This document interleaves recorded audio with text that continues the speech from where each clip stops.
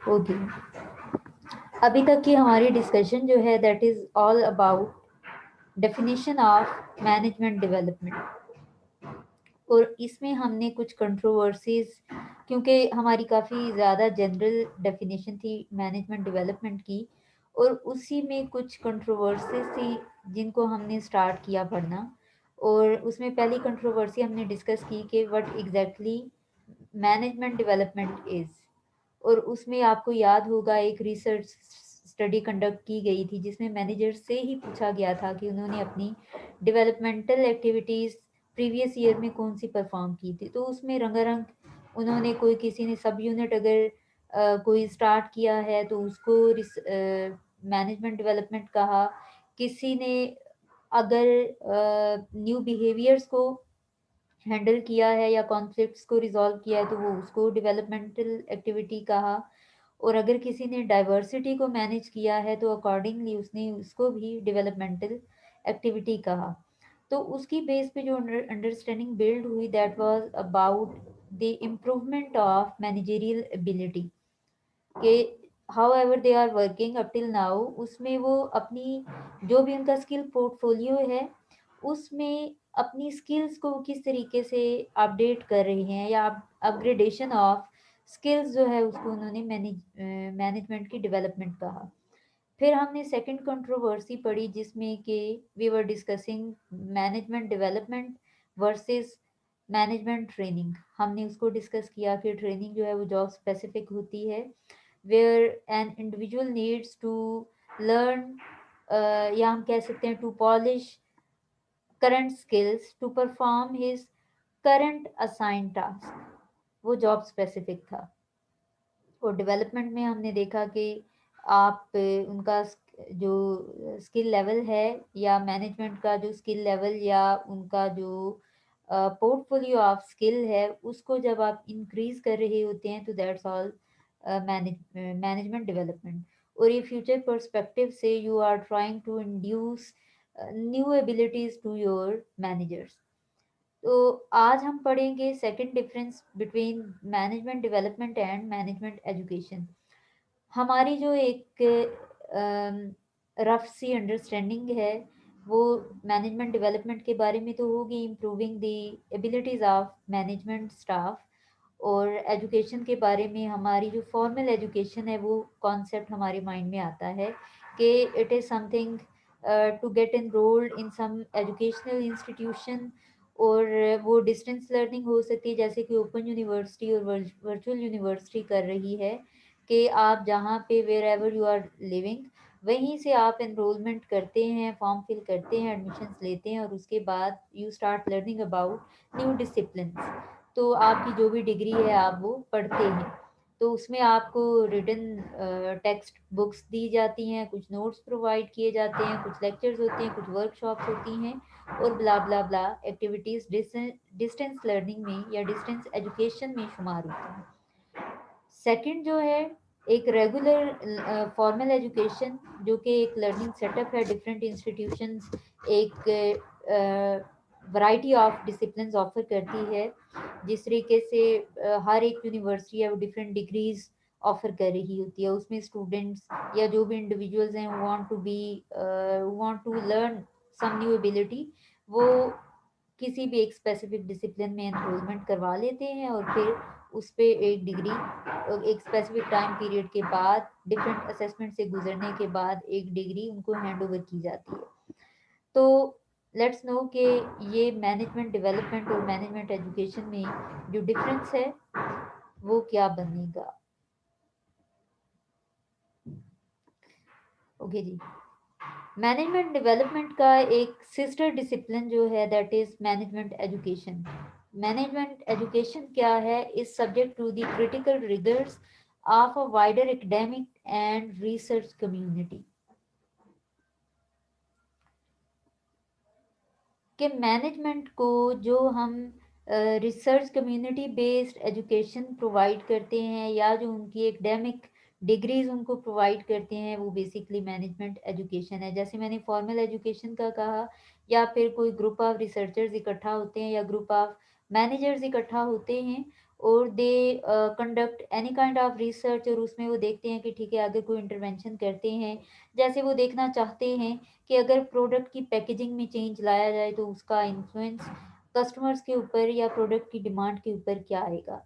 इसी तरीके से अगर वो उसके न्यू फ्लेवर्स को इंट्रोड्यूस करते हैं तो उसका इम्पैक्ट क्या आएगा।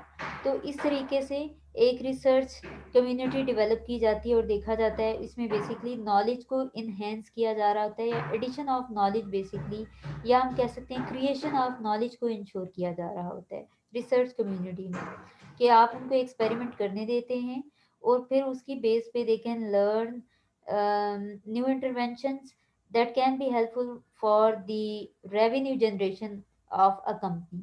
इसी तरीके से आप एकेडमिकली उनको एजुकेट कर सकते हैं डिफरेंट डिसिप्लिन ऑफर करते हुए, कोई जैसे पोस्ट डॉक्टरेट हो सकता है, कोई भी वो एग्जेक्टिव लेवल का प्रोग्राम हो सकता है, कोई वो हायर लेवल की एजुकेशन हो सकती है। किसी ने अगर ऑनर्स किया हुआ है तो आप उनको मास्टर्स करा दो, मास्टर्स किया हुआ है तो कोई एग्जेक्टिव डिग्री, कोई सर्टिफिकेट, कुछ भी ऐसा उनको academically ऑफर कर दिया जाए। तो that will be management education. Management development is driven more by market mechanism. एक चीज़ जो आपने याद रखनी है मैनेजमेंट एजुकेशन और मैनेजमेंट डेवलपमेंट में, वो ये कि management education is formal education provided to the managers, और जो मैनेजमेंट डेवलपमेंट है दैट इज मार्केट ओरिएंटेड। हम कह सकते हैं whatever is being changed in the market, उस मार्केट में जो भी चेंजेस आ रही हैं उसका इम्पैक्ट किस तरीके से बिजनेसेस के ऊपर आता है, या जो एक्सटर्नल फैक्टर्स हैं outside the control of an organisation, उनके इन्फ्लुएंस को मैनेज करने के लिए you have to develop your management. तो मैनेजमेंट डेवलपमेंट में मार्केट ड्रिवन फोर्सेस की बेस पे आप अपने मैनेजर्स की एबिलिटीज़ को डेवलप कर रहे होते हैं। Management development is a subset of human resource development. Of course human resources जो हैं वो हमारे मैनेजर्स हैं, तो उन्हीं के डेवलपमेंट को हम मैनेजमेंट डेवलपमेंट कह रहे हैं। And largely provided by the private sector in the form of in-house training and development, and or assisted by freelance consultants and training agencies। अब मैनेजमेंट की डेवलपमेंट, जो न्यू एबिलिटीज़ आप उनमें इंड्यूस कर रहे हैं, न्यू स्किल्स उनको जो आप सिखा रहे हैं, वो कहाँ कहाँ से या किन मेथड्स के थ्रू आप सिखा सकते हैं। तो उसमें यूजली प्राइवेट सेक्टर में इन हाउस ट्रेनिंग प्रोवाइड की जाती है उनको, आप कोई एक्टिविटी दे देते हैं, और हायर लेवल की पोजीशन पे प्रमोट करने से पहले या अपकमिंग सिचुएशन की बेस पे आप उनको कोई सिचुएशन क्रिएट करके देते हैं जिसमें कि वो खुद को एक्सपोज करते हैं और फिगर आउट करते हैं उस सिचुएशन को, और अकॉर्डिंगली फिर उसमें क्या इफेक्टिव डिसीजन क्या होगा वो लेंगे। तो इस तरीके से they will be able to manage new and upcoming situations.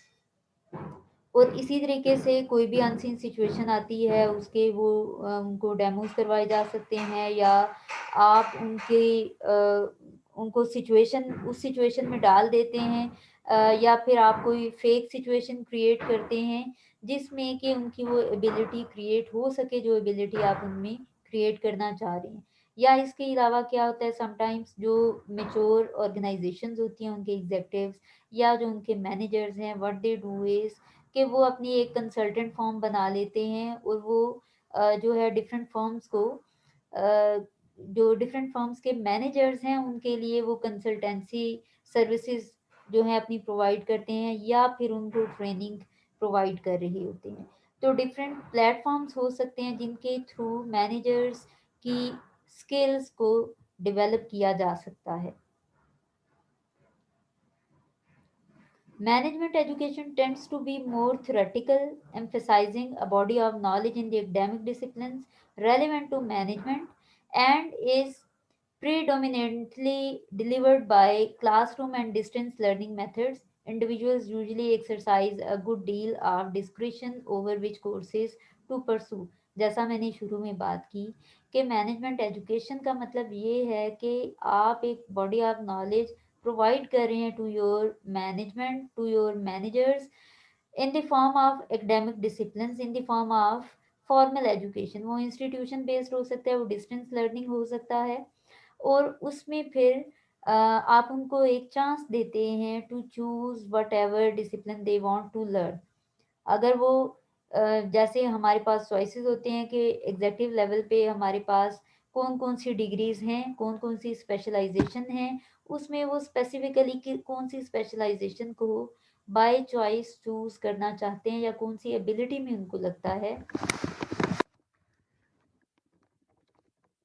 या मैनेजर्स को अगर लगता हो कि कोई एक स्किल उनमें up to the required level नहीं है, तो वो उस लेवल को इंक्रीज करने के लिए उस टाइप की सर्टिफिकेशंस या उस टाइप की जो डिग्रीज हैं उनमें एनरोलमेंट करवा लेते हैं, और फॉर्मली वो एजुकेशन जो है वो लेते हैं। और इसमें ऑफ कोर्स ये थ्योरेटिकल नॉलेज है, जिसमें कि बुकिश नॉलेज आ जाता है, जैसे आप लोग पढ़ रहे हैं, अगर तो आप कहीं पे मैनेजर्स होंगे, या कुछ ऐसे स्टूडेंट्स होते हैं कि वो अपनी प्रमोशन के लिए एमबीए कर रहे होते हैं, क्योंकि मैनेजमेंट लेवल पे एमबीए एग्जैक्ट।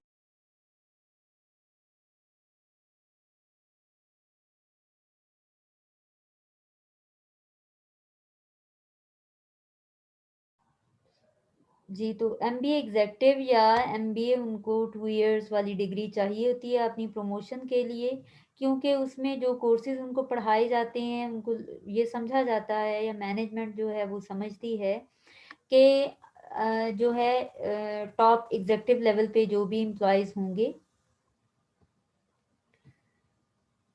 या मैनेजेरियल हायरार्की में जितने भी इंडिविजुअल्स वर्किंग कर रहे होंगे, उनके पास कोई एक स्पेसिफिक एकेडमिक डिग्री होनी चाहिए, और वो भी उनकी चॉइस की। तो ये मैनेजर्स पे डिपेंड करता है कि वो कौन सी डिग्री में एनरोल करना होना चाह रहे हैं, कौन सी स्पेशलाइजेशन वो चाह रहे हैं। ऑब्वियसली जो अगर कोई मार्केटिंग में जॉब करता है, तो मार्केटिंग मैनेजर्स के तौर पे उसको मार्केटिंग में अपनी स्किल्स पॉलिश करने के लिए एमबीए मार्केटिंग करना पड़ेगा, या मार्केटिंग से रेलिवेंट ही कोई ट्रेनिंग या कोई भी एकेडमिक डिसिप्लिन्स को पास करना पड़ेगा। By contrast, management development tends to be more practitioner focused, aimed at developing personal knowledge and a range of skills. अब एजुकेशन में क्या है कि मैनेजमेंट को आप एकेडमिक रिकॉर्ड उनका अपडेट बेसिकली कर रहे होते हैं, या जो एकेडमिक क्वालिफिकेशन है वो इंक्रीज कर रहे होते हैं।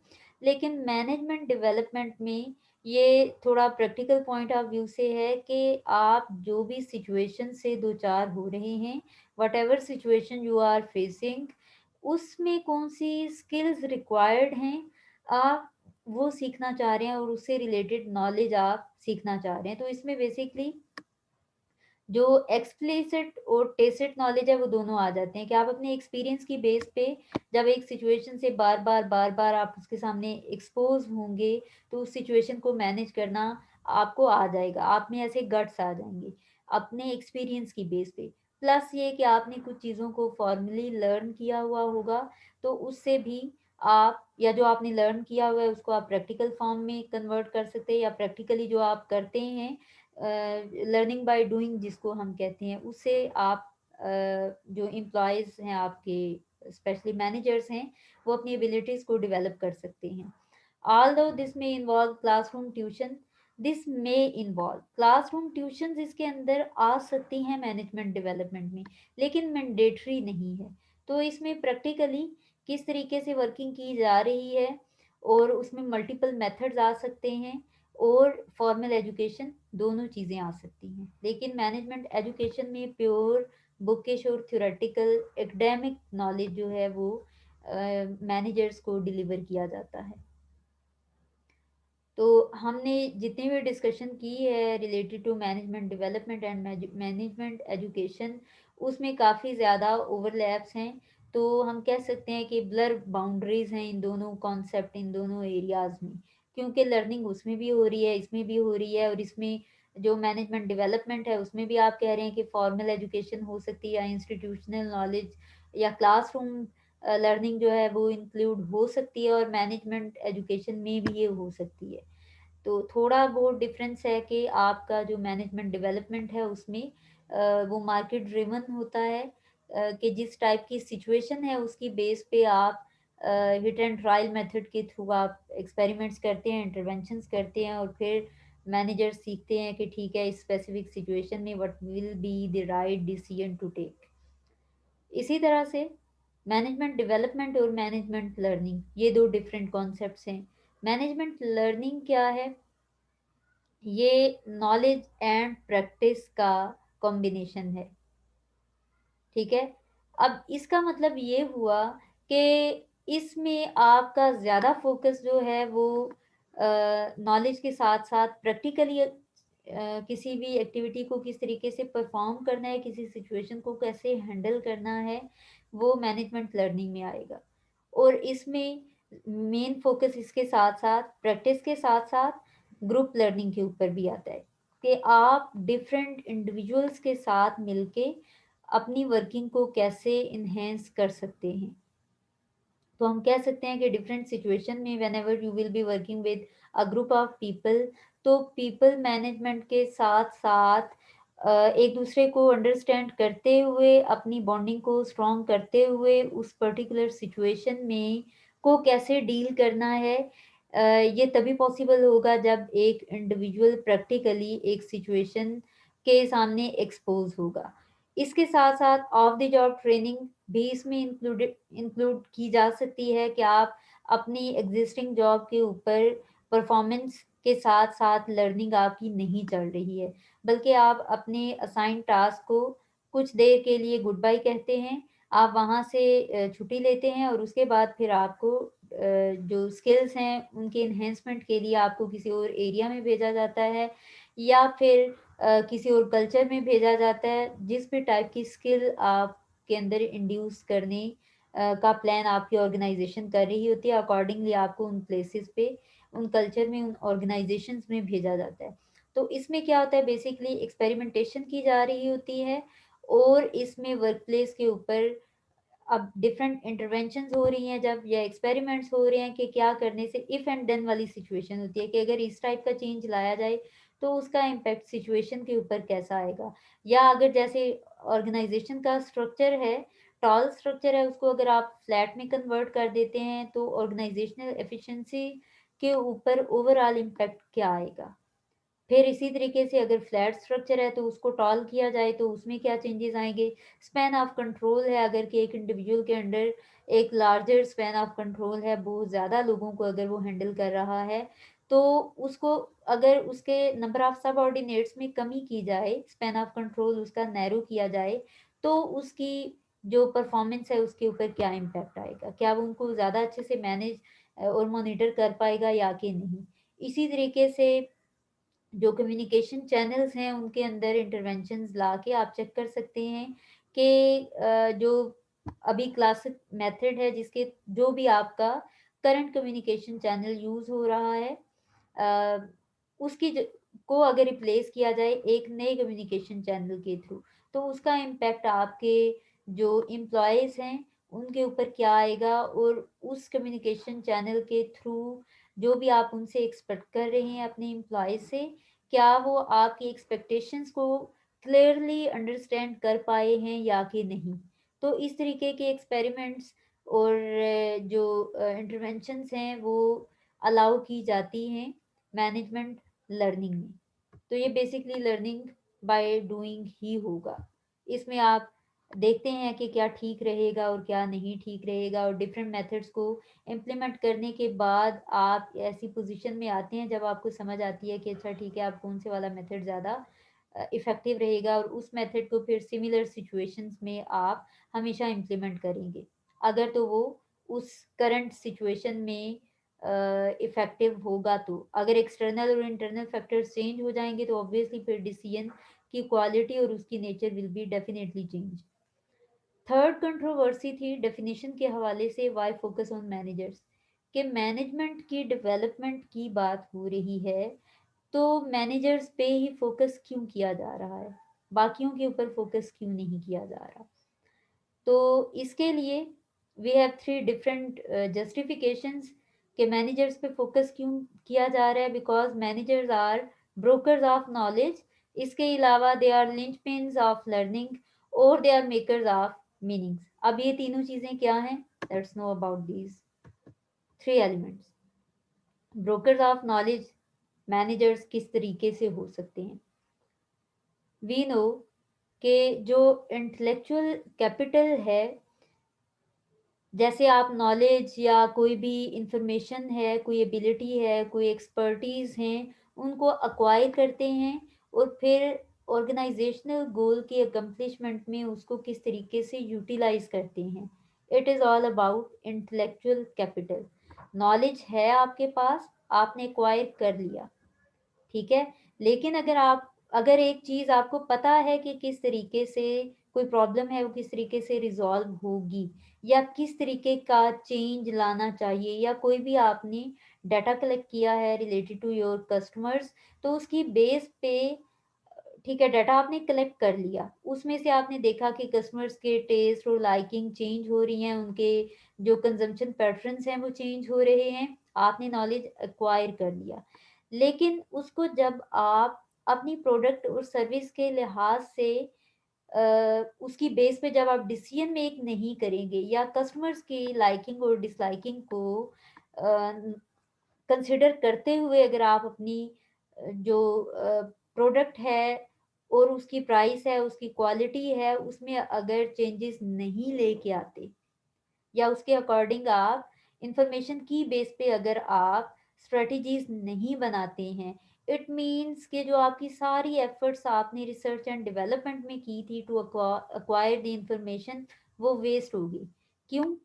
यहाँ पे manager is not able to utilise the acquired knowledge, तो वहाँ पे फिर उसकी जो भी कैपेसिटीज थी, जो भी उसने रिसर्च एंड डेवलपमेंट में इंफॉर्मेशन गैदर की, वो सब की सब वेस्ट होगी। क्योंकि उसका पर्पस क्या था अक्वायर करने का, कि उसकी बेस पे आप कस्टमर्स की साइकी को अंडरस्टैंड करते हुए अपनी प्रोडक्ट एंड सर्विस में ऐसी मॉडिफिकेशंस लाएं, या इस तरीके से उनको प्रेजेंट करें कि आप अपने जो ऑर्गेनाइजेशनल फंक्शंस हैं उनको एफिशिएंट और मोर इफेक्टिव बना सकें।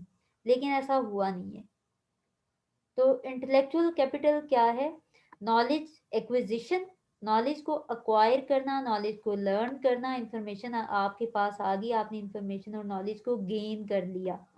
अब उसको आप इस तरीके से ऑर्गेनाइजेशन के जो भी आपकी वर्किंग है, जो आपकी डिसीजन मेकिंग है, उसमें इस तरीके से यूटिलाइज करें कि वो ऑर्गेनाइजेशन के लिए बेनिफिशियल हो जाए। इसलिए जो डिसीजन मेकर्स हैं, हमें पता है ऑर्गेनाइजेशन में वो जितने भी ऑर्गेनाइजेशन के बारे में डिसीजंस लेने हैं, वो उनके लिए मैनेजर्स आर रिस्पॉन्सिबल। और जो हमारे पास हायरार्की ऑफ मैनेजमेंट है, जिसमें हमारे तीन तरह के टॉप, मिडिल और फर्स्ट या लोअर लेवल के मैनेजर्स आ रहे हैं, वो किसी ना किसी हद तक डिसीजन मेकिंग कर रहे होते हैं।